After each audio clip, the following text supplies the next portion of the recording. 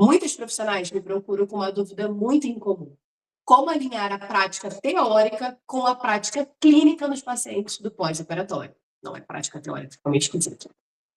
Muitos profissionais me procuram com uma dúvida super incomum: como alinhar a teoria com a prática no tratamento do pós-operatório? As dúvidas sobre qual terapia utilizar e as contraindicações são muito frequentes, mas a real dúvida é a falta de raciocínio clínico sólido sobre cada etapa do processo cicatricial. No vídeo de hoje, eu vou descomplicar essa relação, te mostrando na fisiologia cada etapa do processo cicatricial, para que você construa um raciocínio clínico sólido sobre o que utilizar em cada etapa deste processo e te trazendo confiança no atendimento dos seus pacientes. Eu sou a professora Janaína Alves, fisioterapeuta especialista em dermatofuncional, e eu tenho como missão neste canal desmistificar a eletroterapia e o lipedema para você, fisioterapeuta ou acadêmico de fisioterapia. E se você ainda não se inscreveu nesse canal, corre para você não perder nada do que acontece aqui. Curte esse vídeo e compartilha com outros profissionais para que eles também não percam nenhum conteúdo. Antes da gente pensar em qualquer eletro para a reabilitação do nosso paciente, a gente precisa pensar na fisiologia em si do processo de cicatrização.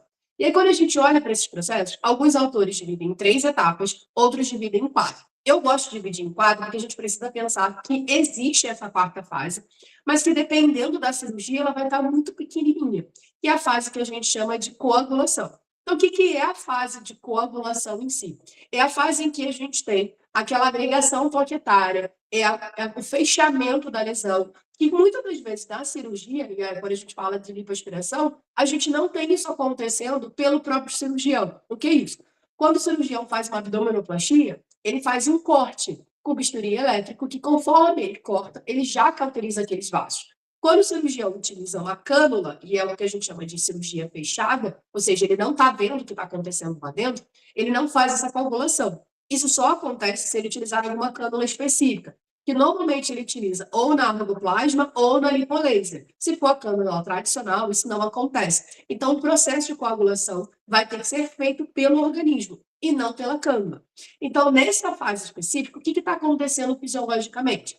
A gente vai ter uma vasoconstrição, e essa vasoconstrição vai impedir que tenha-se mais formações de líquido liberado no tecido, ou seja, formação de edema, e vai ter o processo de coagular, que é essa agregação plaquetária, né, junto com as nossas hemácias que podem estar sendo extravasadas.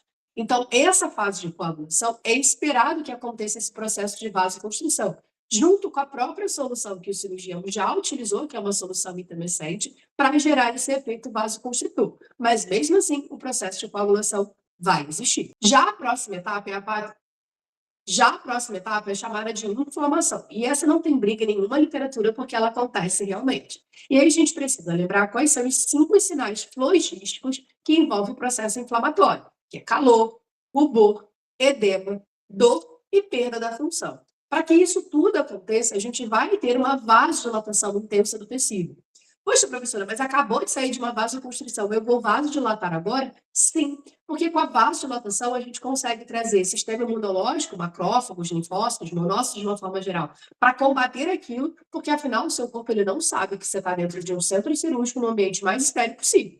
Ele acha que, na verdade, você foi lesionado por algum patógeno. Para isso, ele precisa identificar. E mesmo que não haja nenhum patógeno, ele precisa startar o processo cicatricial. Então, o processo inflamatório é extremamente importante. E hoje já existem discussões na literatura sobre a atuação dele, sobre o benefício ou malefício das cicatrizes que possam existir.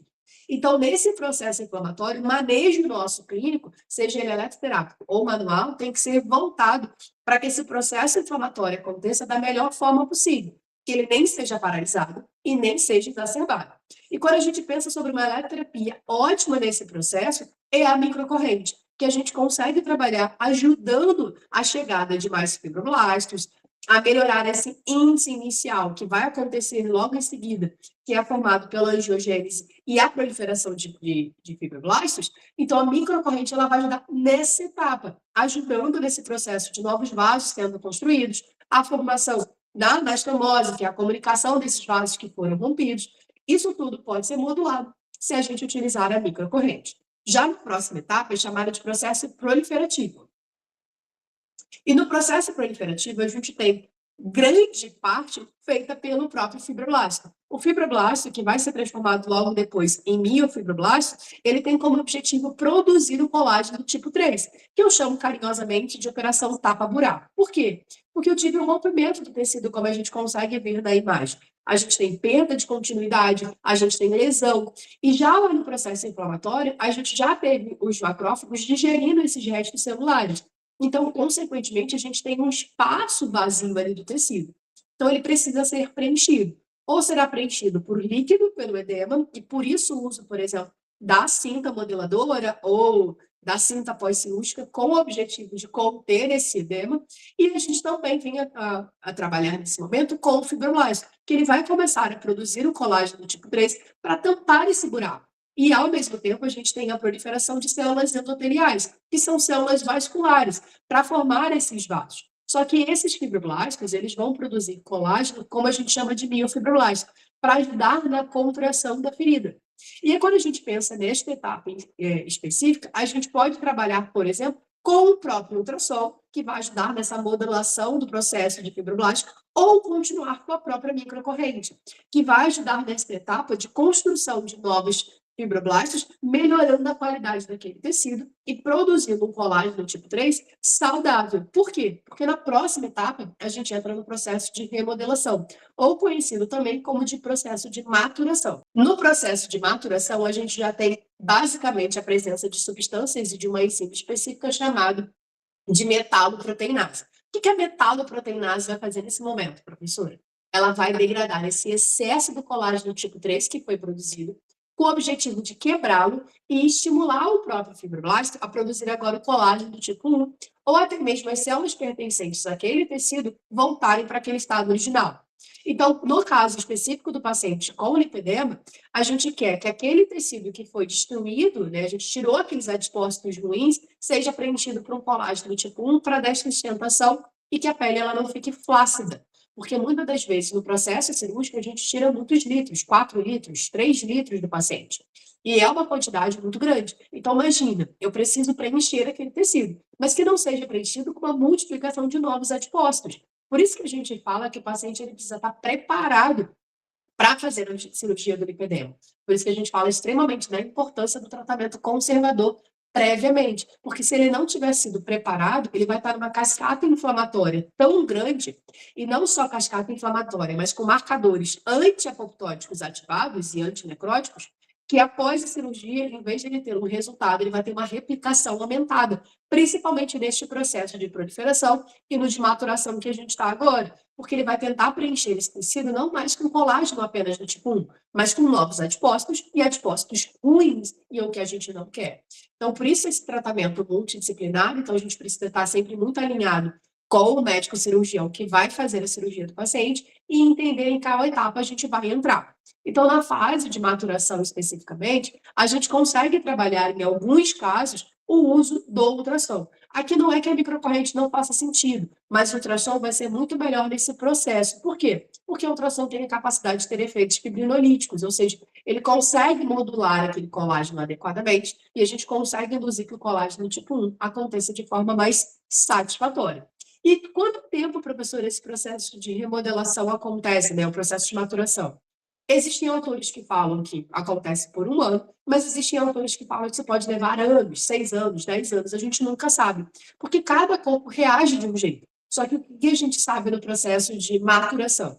Que a gente já está chegando num processo em que a cicatrização já está finalizada, ou seja, a cicatriz já está fechada, já não tem mais presença de pontos, e ela pode ainda estar elevada, mas a gente tem que entender que tudo depende do tempo de pós-operatório. Se ele tiver no período, por exemplo, de 6 meses, aquelas cicatrizes na entrada da cânula podem ainda estarem elevadas, que não significa que elas estejam com presença de queloide, nem nada do tipo. Elas podem estar no processo ainda de hipertróficas, mas porque elas estão no processo ainda de reajuste da própria maturação. Se passar esses 6 meses, a cicatriz ainda estiver elevada, aí a gente pode entrar com outras eletros. Um exemplo clássico é a própria radiofrequência. E para você que não sabe, tanto o ultrassom quanto a radiofrequência e a microcorrente, eu já tenho vídeos de cursos gravados dentro da minha plataforma. E, inclusive, mentorias que estão lá disponíveis para quem é assinante, falando sobre essas técnicas para diversas patologias.